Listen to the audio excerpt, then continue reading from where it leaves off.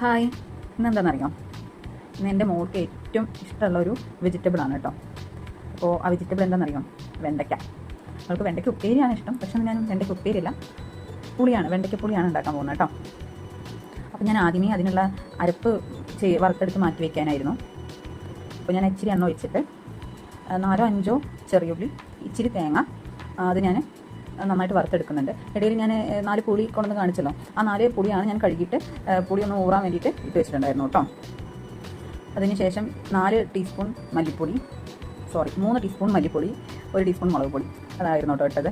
അതിനുശേഷം ഞാൻ കറിവേപ്പില ഇട്ടിട്ടുണ്ട്. നന്നായിട്ട് വറുത്തെടുത്തിട്ട് അത് അരയ്ക്കാൻ ഞാൻ വെച്ചു കേട്ടോ. അതിനുശേഷം വീണ്ടും ഞാൻ എണ്ണ ഒഴിച്ച്, ഞാൻ താളിപ്പ് ലാസ്റ്റ് നമുക്ക് ചെയ്യാം, ആദ്യം ചെയ്യാം, എങ്ങനെ ചെയ്താലും കുഴപ്പമില്ല. ഇച്ചിരി എളുപ്പത്തിന് വേണ്ടിയിട്ട് ഞാൻ ആദ്യമേ ചെയ്യണം കേട്ടോ. ഇച്ചിരി എണ്ണ ഒഴിച്ച് കടുകും ഉലുവയും ഞാൻ ഇട്ടിട്ട് പൊടിച്ചിട്ടുണ്ട്. അതിനുശേഷം നമ്മൾ വെണ്ടയ്ക്ക അരിഞ്ഞ് വെച്ചത് ഞാൻ അതിലെടുത്തിടുന്നുണ്ട് കേട്ടോ. ഒരു 8 മുതൽ 10 മിനിറ്റ് വരെ നന്നായിട്ട് ഹൈ ഫ്ലെയിമിലും ലോ ഫ്ലെയിമിലും ആക്കി ഞാൻ നന്നായിട്ട് വഴറ്റിയെടുക്കുന്നുണ്ട്.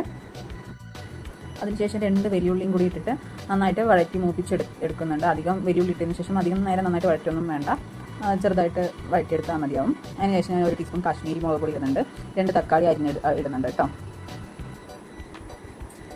അതിനുശേഷം നമ്മൾ പിഴിഞ്ഞ് വെച്ച പുളി ഞാൻ അതിലേക്ക് ഒഴിക്കുന്നുണ്ട്.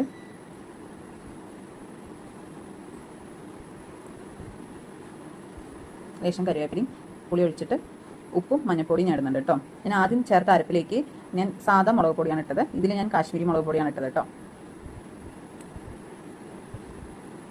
ആ പുളിയിലും കടന്ന് വെണ്ടയ്ക്ക് നന്നായി വെന്ത് വന്നതിന് ശേഷം നമുക്ക് അരപ്പൊഴിച്ചാൽ മതി കേട്ടോ. ചെറിയൊരു കഷ്ണം ശർക്കരയാണ് കേട്ടോ ഇട്ടത്. വെണ്ടയ്ക്ക് വന്നതിന് ശേഷം ഞാൻ അരപ്പൊഴിച്ചിട്ടുണ്ട്.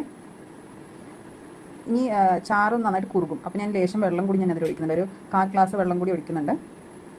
എന്നിട്ട് നന്നായിട്ട് തിളപ്പിച്ചെടുക്കുന്നുണ്ട്. ഉപ്പ് വേണച്ചാൽ ഈ സമയത്തൊക്കെ നോക്കി നമുക്ക് ആവശ്യത്തിന് ഇടാം കേട്ടോ.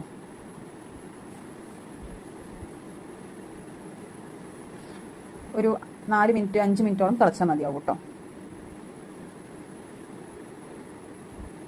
നിങ്ങളെങ്ങനെയാണോ വെണ്ടയ്ക്കപ്പുളി ഉണ്ടാക്കാമെന്ന് കമൻറ്റ് ബോക്സിൽ ഒന്ന് കമൻറ്റ് ചെയ്യണേ.